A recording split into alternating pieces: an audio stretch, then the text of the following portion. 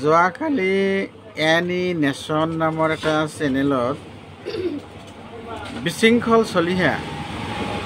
নামটোৰ শৃংখল চলিহা কিন্তু তেওঁৰ কাৰ্যকলাপত তেওঁ ক'ব লাগে বিশৃংখল চলিহা কাৰণ তেওঁ অসমখনত কেৱল বিশৃংখল কৰাতহে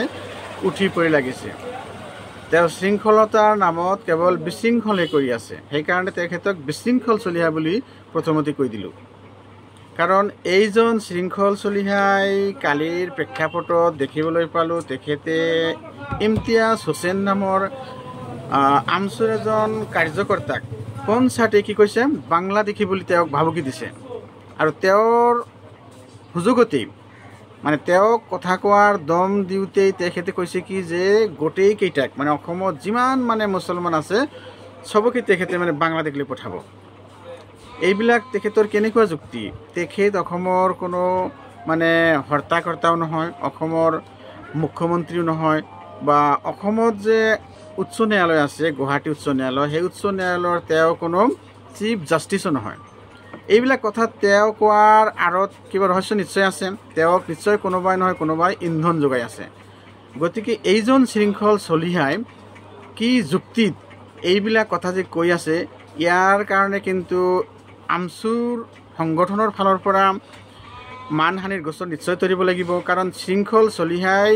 কেৱল মিয়া মিয়া বুলি কৈ এছামক যে বাংলাদেশীৰ নামত তেওঁলোকৰ ওপৰত নিৰ্যাতন চলাইছে বা তেওঁলোকক ঘৰৰ পৰা খেদি আছে কাৰোবাই মানে কোনোবাই হয়তো ক'ৰবাত ভাড়াৰ সূত্ৰে কৰ্মসূত্ৰে ক'ৰবাত ভাড়াত আছে তাৰ পৰা তেওঁলোকক খেদিবলৈ চেষ্টা কৰি আছে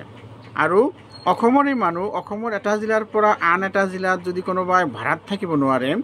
আৰু তাৰ কাৰণে যদি এই চান্দাজীৱী শৃংখল বাহিনীয়ে তেওঁলোকক বাধা আৰোপ কৰে এইটো কোনো কথা হ'ব পাৰে নেকি শৃংখল চলিহাক ইমান অধিকাৰ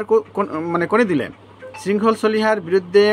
মানে আমি কিন্তু নীৰৱতা অৱলম্বন কৰিছোঁ কাৰণ আমি এটা কথা সদায় ভাবোঁ যে চিকাক মাৰি হাত নষ্ট নকৰোঁ কাৰণ চিকাক মাৰিলে যেনেকুৱা হাত গোন্ধায় এইজন শৃংখল চলিহাক কিন্তু আমি তেনেকৈ ধৰিছোঁ তেখেতে এটা চিকা হয় তেখেতে তেওঁৰ ঠাইৰ পৰা নিতেও কিবা কিবি কৈ থাকক আৰু তেখেতে এইটো কথাও কৈছে যে তহঁতে ক'ত লাগিবিলাক আমি যিকোনো সময়ত তহঁতৰ লগত লাগিবলৈ সাজু আছোঁ তেখেতে নিজৰ মুখেৰে এইটো ক'ব লাগিব যে মই অমুক দিনাখন অমুকত যাম যুদ্ধ কৰিম তহঁতে কেলা আগবাঢ়ি আহিবি তেতিয়াহে মানে বুজি পোৱা যাব তেখেতে একটা পুৰুষ হয় কিন্তু তেখেত সেইবিলাক নকৈ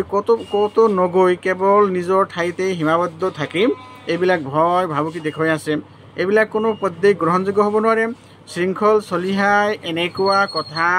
কৈ থকা আৰু সহ্য কৰা নহ'ব শৃংখল চলিহাক যদি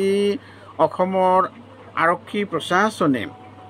নিয়ন্ত্ৰণত নাৰাখে তেনেহ'লে শৃংখল চলিহাই যে অসমখনত এক অশান্তিৰ বতৰা কৰি আনিব অসমখনত যে এটা মানে অশান্তিময় পৰিৱেশৰ সৃষ্টি হ'ব তাত কিন্তু কোনো সন্দেহ নাই কাৰণ শৃংখল চলিহাৰ এনেকুৱা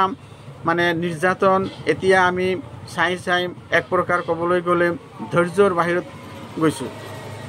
গতিকে শৃংখল চলিহাক আজিও এই ভিডিঅ'ৰ জৰিয়তে হকিয়াই দিয়া হৈছে শৃংখল চলিহা তুমি মন গ'লেই যাকে তাকে বাংলাদেশী বুলি নক'বা মন গ'লে তুমি কাৰোবাক সন্দেহজনক নাগৰিক বিদেশী নাগৰিক